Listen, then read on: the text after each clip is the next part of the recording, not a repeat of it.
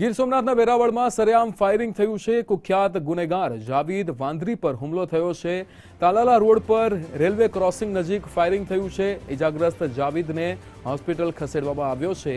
જાવીદ વાંદરી સામે ભૂતકાળમાં ગુસ્સી ટોક લાગ્યો હતો। અગાઉ આ કુખ્યાત આરોપીને તડીપાર પણ કરાયો હતો।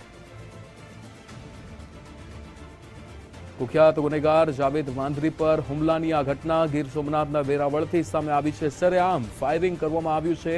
તાલાલા રોડ પર રેલવે ક્રોસિંગ નજીક ફાયરિંગ થયું છે।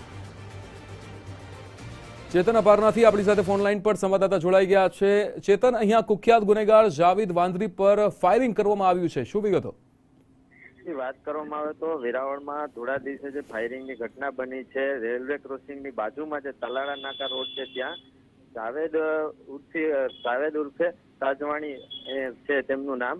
તેની ઉપર અગાઉ ગુસ્સી ટોકના ગુનામાં પણ તે સંડોવાયેલો હોય અને હાલ તે હદપાર હોય તેવું સામે આવી રહ્યું છે પોલીસમાંથી। જાણવા વિગતો મુજબ આજ લગભગ 1 વાગ્યાના અરસાની અંદર આ ઘટના બની છે, જેની અંદર તેને માથાના ભાગે ગોળી વાગી હોય તેવું સામે આવી રહ્યું છે। બિલકુલ ચેતન, સમગ્ર માહિતી સાથે જોડાવા બદલ આપનો આભાર।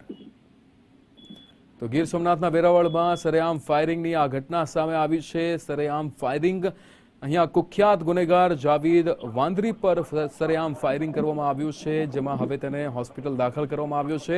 તાલાલા રોડ પર રેલવે ક્રોસિંગ નજીક ફાયરિંગ થયું છે।